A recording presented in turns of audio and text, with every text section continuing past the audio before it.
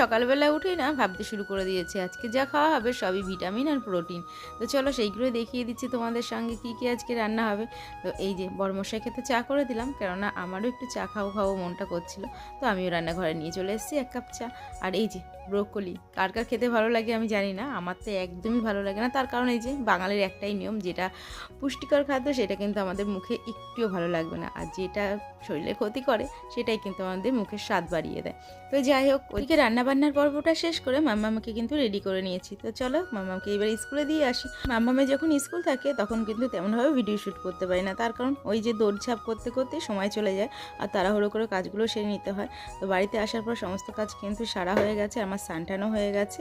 তো তোমাদের দাদাভাই যেহেতু এক্ষুনি খেতে চলে আসবে, আর মাম্মামের আজ স্কুল 1টার সময় ছুটি হবে, আর আমি আজকে বেরোতে বেরোতে দেখো 1:25 হয়ে গেছিলো। তো ওর খাবারটাও বেড়ে দিলাম, কেননা ও 1টার সময় চলে আসবে। মামামকে তো স্কুলে নিতে এসেছিলাম, তো মামাম বলছিল মা আমার একটা বই কিনতে হবে, তো সেটাই ওকে কিনে দিয়ে বাড়িতে নিয়ে চলে আসলাম।